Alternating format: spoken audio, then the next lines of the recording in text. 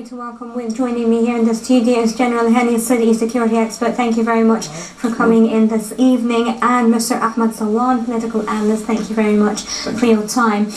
General Hany, I'll start off with you this evening. Let me ask you from a very general standpoint, how do you evaluate the security situation here in Egypt, and would you say that there was a significant improvement from the early days of the transitional period?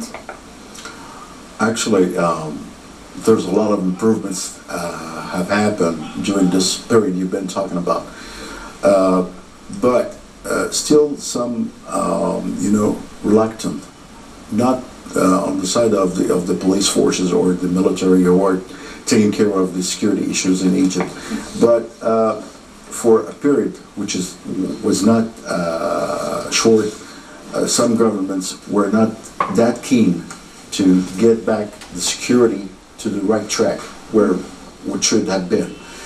But let me assure you and assure the viewers that everything are getting better and better on a daily basis.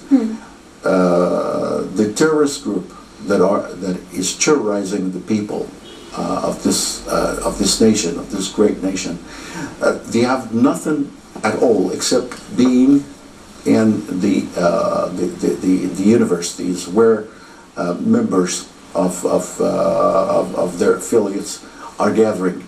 But as for the streets, they have no grounds at all.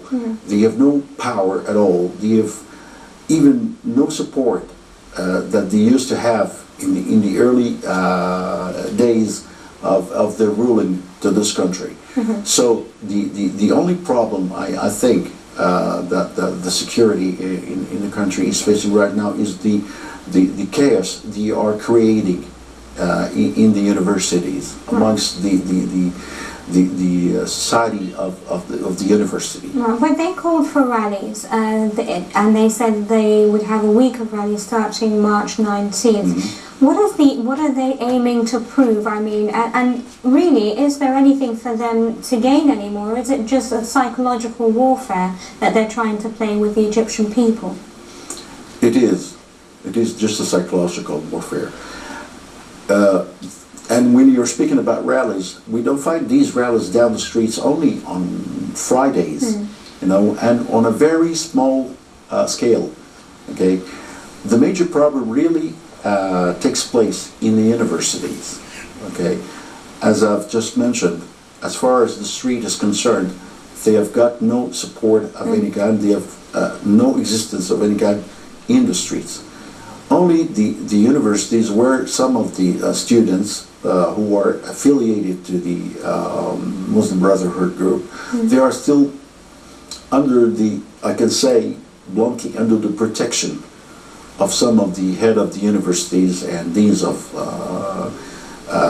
faculties, because if there is not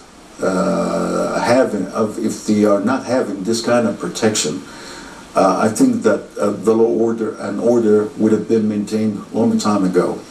It's a very interesting point that you mentioned. You say that there are some, obviously, administrative bodies who are loyal to this terrorist organization, but why haven't they been rooted out? I mean, if they are contributing to the instability of universities, to the instability in return of the country, why are they still doing their jobs? Why are they still in their positions?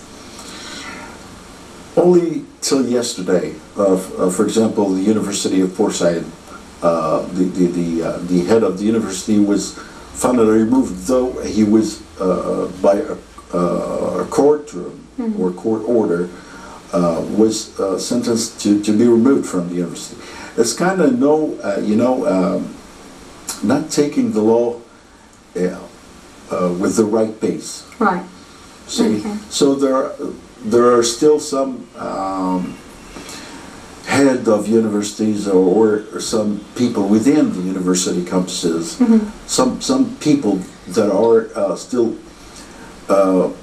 ruling or manipulating the situation inside the universities. They are still in place. Right.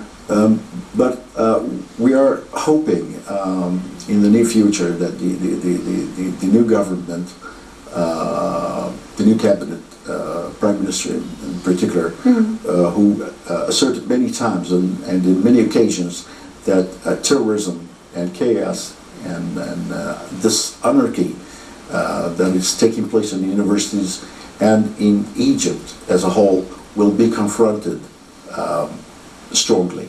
Okay, thank you very much for that. Let me, General Hany, your perspective of what Mr. Ahmed has just said. He's saying we should diversify our sources, we should be looking at Russia and China, stressing China in particular. What are your thoughts on that, and how important is it that you diversify your sources? I could not agree more with him. We should diversify our resources, but we should be really selective also, because it's important for example, the right gear. Okay, you need some certain specifications. Okay, that accommodates the kind of rights that you are confronting. Okay, because in right gear, for example, and this is one aspect of the whole police activity. You know, I'm just picked the right gear thing because. This is exactly what we are, been using a lot lately. Right.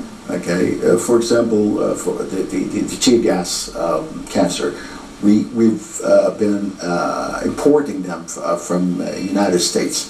Okay, and it was the only source for this kind of. Less lethal weapon. We call these tactical weapons less lethal weapons. Okay, they are only used for.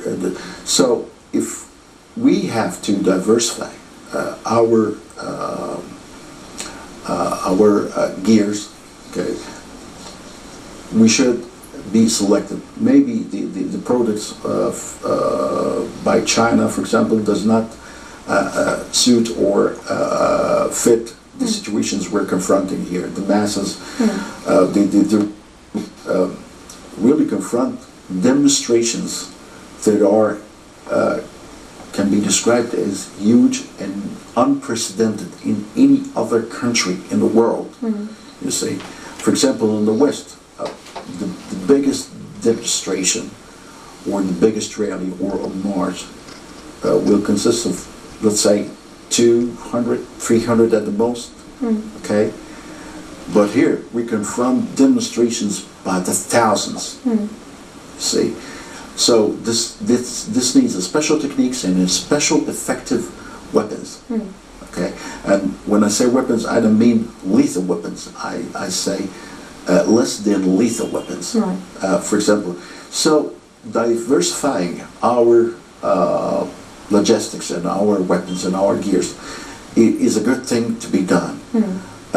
But being selective is really what counts here, especially in this. But you mentioned that, for example, you mentioned specifically tear gas and riot gear being brought from the United States. It was just an example. As an example, but you know, the situation right now is that the United States and the European Union are refusing to supply you with your needs. So how do you counter terrorism? His Excellency Minister of Interior has declared that lately. You know, these kind of materials, they are quite close in features and characteristics to each other. You know, but the range, you know, some different specifications, okay, might not suit us. If Russia produces or makes this kind of tear gas, for example, but the canister itself is different. The projectile that are used by a shotgun is different. Okay, so I have nothing against diversifying. Okay, if USA and Europe are not going to give us this kind of logistics, but being selected is also a priority. But we have to look for what suits us. In other countries. Another point that Mr. Ahmed raised was modernising the police, the police force. Do you agree with that? Do you think there should be not a sort of a retraining of the whole police force as a body? Let's here talk about two different aspects. Okay, modernizing, absolutely, we need modernization, absolutely. In terms of gears, in terms of CCTVs, in terms of vehicles, in terms of weapons, in terms of everything that concerns the police activity process as a whole. We need that urgently. And even His Excellency Minister of Interior has also added that we are lacking a lot of stuff to get us able to do a good job in maintaining law and order. The second aspect is, which concerns training. Well, actually, we have the best minds, as Mr. Ahmed has just said. We have best minds in criminal investigations. In a very short time, with limited resources, we can get the perpetrators. We can collect evidence. We can make a court be convinced that the perpetrator is related to the crime, and so it gets sentenced. And training, by the way, in for example, right policing, or that we're the top. I can say. I can say easily we're at the top. Maybe other aspects we're lacking in training. The police activities are so varied. Maybe the only things that are under the focus right now is the counter-terrorism and the right policing, or managing the dispersal of demonstrators and so on. But there are other things that we really need training to have a job well done. Okay.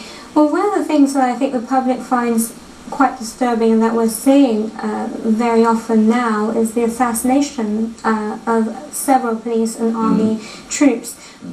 What do you attribute that high number to? Is it some people are saying, well, they're not well equipped, or they're not, they are not well prepared, or they're overworked, they're exhausted, so their reactions aren't as quick as they should be? What's happening in that regard? Pretty good question. The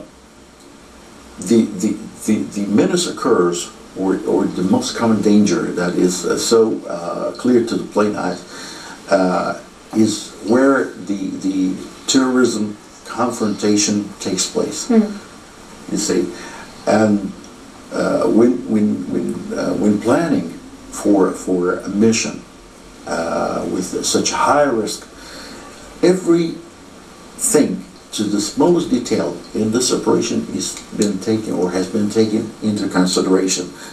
But fatality or injuries are not things not likely to happen in such high risk operations, because the perps or the terrorists, they are also highly trained.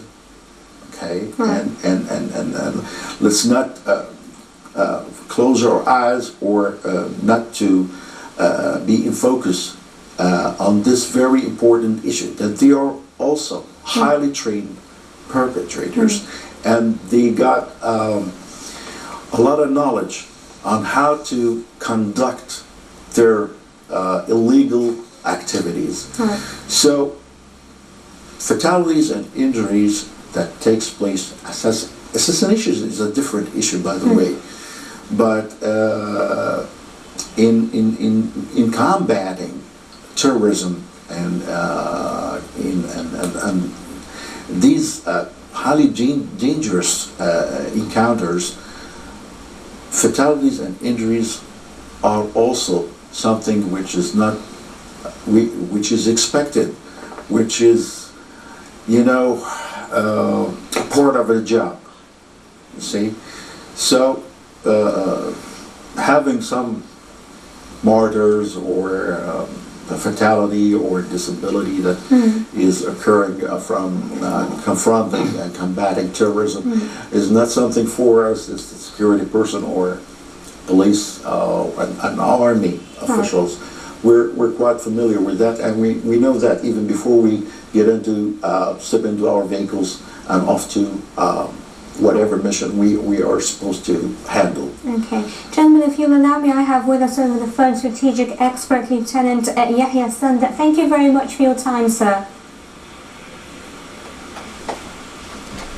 I'm running out of time. Amid all this intensified security, critics and who are saying we fear the return of a police state, we fear the return of a crackdown or police brutality. Do you think that that's a likelihood? Or do you think with these revolutions that have occurred, 2 revolutions in a very short period of time, that anyone who wants to use excessive use of force against civilians is going to be thinking twice? In brief, okay, we have a criminal code here in Egypt, okay? If someone raises an arm in my face, and as I'm a law enforcement officer, okay, I'd have to defend myself using my lethal weapon, okay? And even if he's dead, I didn't cause him to be dead. He asked for it, you see. I'm a law enforcement officer, and I'm supposed to be protecting the lives of the people, including my mine. Right. See, so it's legal to defend myself in case of a shootout or a firearm being used against me or any other civilian around me. I'm supposed to be protecting and serving the people. Right. So.